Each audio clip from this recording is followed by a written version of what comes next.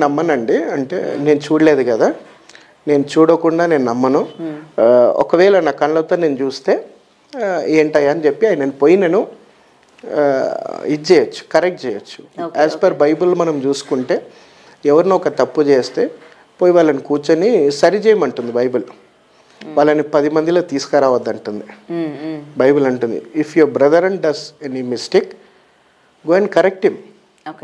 మన బ్రదర్ అని ఏమైనా తప్పు చేస్తే ఆయనని కరెక్ట్ చేయాలి. ఇది తప్పు, ఇది కరెక్ట్ కాదు, నువ్వు వెళ్ళే మార్గం అని చెప్పాలి. లేదు వినకపోతే వదిలేయాలి. కానీ పబ్లిక్లో తీసుకొచ్చి ఆయన పేరుని మనం చెడిపోద్దు. ఇది బైబిల్ చెప్తుంది. ఓకే, ఈ సిద్ధాంతాన్ని నేను ఫాలో చేస్తాను. ఓకే, ఒకసారి కాల్ చేస్తారా? ఇప్పుడైనా ఎత్తుతారేమో, లాస్ట్ టైం ఎత్తలేదు కదా.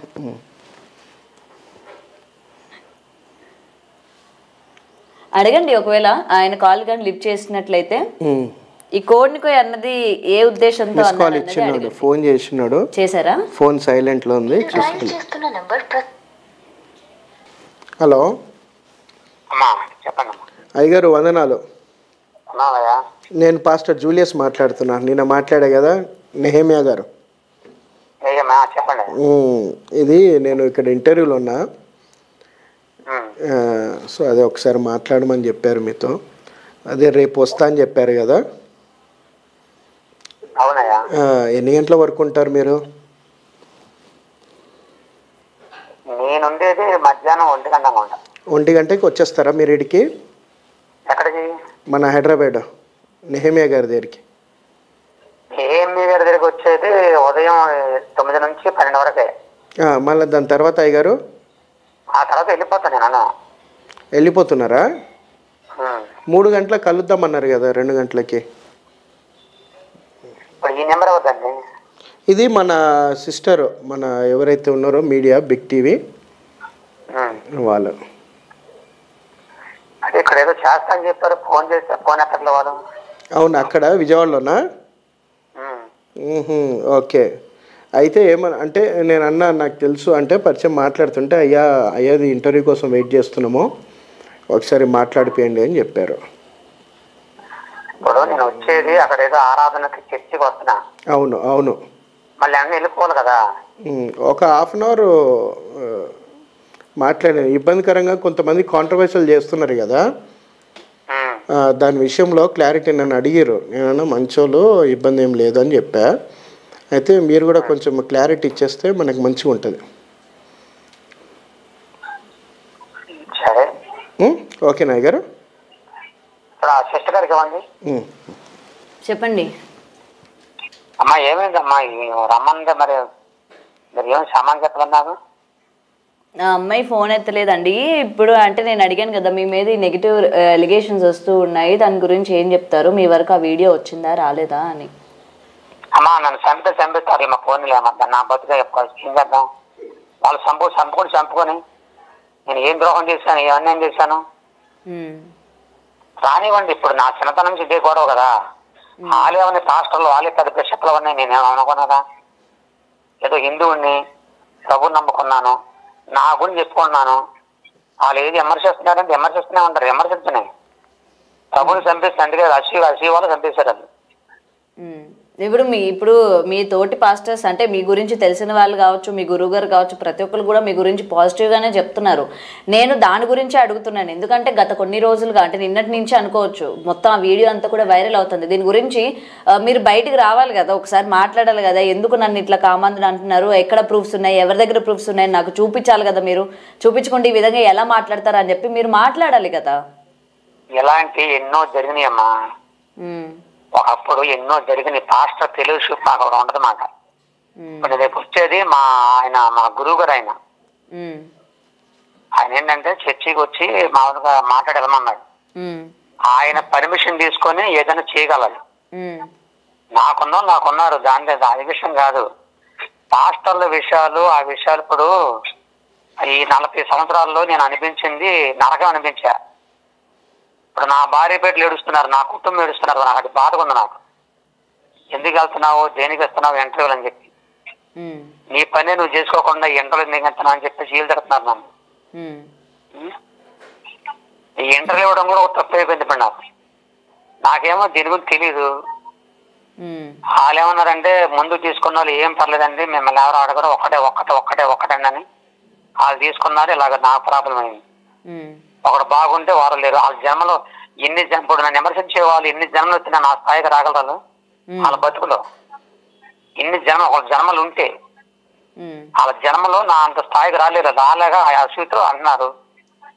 ఏం నిరూపించారు? ఇప్పుడు 40 సంవత్సరాలు తిరుగుతున్నా, వాళ్ళ ఊర్లు వెళ్ళాను, వాళ్ళ గ్రామాలు వెళ్ళాను, అప్పుడు నిరూపించలేదే. ఇప్పుడే వచ్చిందా? ఈ రోజే వచ్చిందా నన్ను నిరూపించడానికి? అది మేము తెలుసుకుంటానండి, మా పాత్ర మేము తెలుసుకుంటాం. ఇప్పుడు టీవీలోకి వచ్చి చెప్పాల్సిన పని కాదు, వాళ్ళు చెప్పింది అంటే నేను అంతే. ఎందుకంటే ఇప్పుడు మీరు నార్మల్ వ్యక్తి అనుకోండి, మీ మీద అలిగేషన్ వచ్చినప్పుడు ఎవరు పెద్దగా పట్టించుకోరు. బట్ ఇవాళ మీరు ఏపీ తెలంగాణ మొత్తానికి కూడా తెలిసిన వ్యక్తి కాబట్టి అందరూ కూడా మీ జీవిత చరిత్ర ఏంటి, మీ కుటుంబం నేపథ్యం ఏంటి తెలుసుకొని మీ గురించి బాధపడిన వాళ్ళు కూడా ఉన్నారు. మరి ఇవాళ ఇలాగా ఈయన గురించి వచ్చేసరికి అవునా నిజంగా ఈ వ్యక్తి ఇలాంటి అతనా అన్నప్పుడు మీరు డెఫినెట్గా మరి మీడియా ముందుకు రావాలి, మాట్లాడాలి కదా. ఒక అతను ఇప్పుడు బోరబండ శాస్త్రి అన్నప్పుడు ఆయన దగ్గర నా దగ్గర ప్రూఫ్స్ ఉన్నాయని ఒక అతను అంటారు. నీల్ కుమార్ అతను కూడా వీడియో రిలీజ్ చేసి మొత్తం ప్రూఫ్స్ ఉన్నాయి, ఇతను ఇట్లా చెప్పడానికి ఊరూరా వెళ్ళేటప్పుడు అక్కడ ఆడపిల్లలతోని అసభ్యంగా ప్రవర్తించేవాడని ఒక అతను చెప్తా ఉన్నాడు. మరి సో దానికి మీరు మీడియాలోనే చెప్పాలి మరి దానికి సమాధానం. మరి ఇప్పుడు నేను బయటే చెప్తాను. చెప్పండి. మాకంటూ మీడియా ఉందలే, అంటే క్రిస్టియన్ మీడియా కూడా ఉంది మాకు. నేను దాంట్లో చెప్పుకుంటా, మన దాంట్లో చెప్పకూడదు. నేను మన విషయం నేను మీకు నన్ను అదే చెప్తాను మీకు. నేను ఇప్పుడు వచ్చింది, నేను ఎవరన్నా దేవతా దేవుని విమర్శించానా, ఏదన్నా నేను చేయలేదు. ఇది క్రిస్టియన్ ప్రకారం వస్తుంది కాబట్టి నేను చూసుకుంటాను. మాకంటూ ఒక పాస్టర్ ఉంటారు, మాకంటూ గురువులు ఉంటారు, మమ్మల్ని అభిషేకించిన వారు. మాకు సర్టిఫికేట్ వాళ్ళ అనుమతి లేకుండా రాకూడదు. ఇప్పుడు రేపు వచ్చేది కూడా మా గురువు గారు ఆయన. ఇప్పుడు ఆయన మాట ప్రకారం నడుచుకోవాలి. నేను మీరు రమ్మంటే వచ్చేయకూడదు కదా. నువ్వు ఎందుకు వెళ్ళావు అంటాడు, నన్ను నేనేం చేయాలి? ఇప్పుడు నేను ఎవడలేమన్నాడు అంటాడు, నన్ను ఏం చేయాలి? కాబట్టి మాకంటూ ఒక ఉంది, మాకంటూ ఒక పాస్టర్ తెలిసి చెప్తున్నామా అసోసియేషన్ ఉంది. అదేనండి, దాంట్లో మాట్లాడుకుంటాం. మేము మాట్లాడుకుంటాం. ఇప్పుడే నాకు చాలా మంది అయ్యగారులు ఫోన్ చేశారు.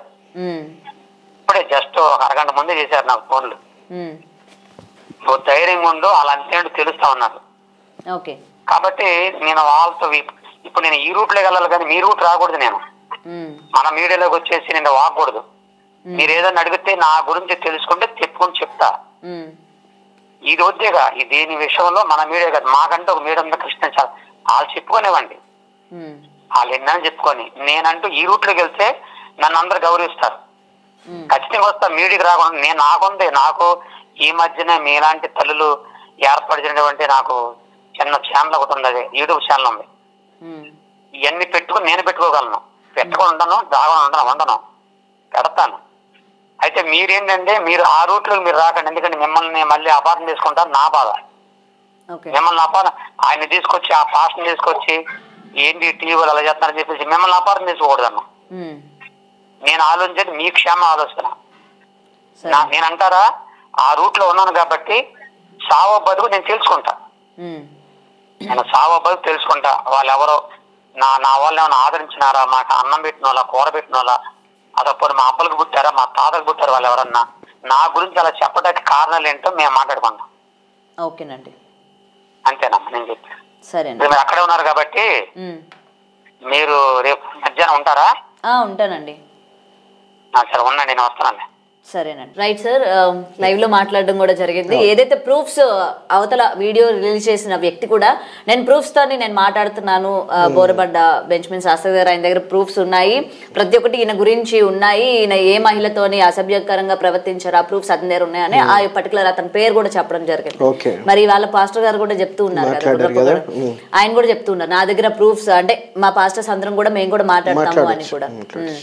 సో మీరు ఇంకేమైనా ఏదైతే ఉందో దీని గురించి ఏం చెప్తారు మరి ఇవాళ? ఏదైతే ఉందో అది ఆయన పర్సనల్ విషయాలు అవి, అండ్ ఆయన పర్సనల్గా నేను వెళ్ళదలుచుకోలేదు.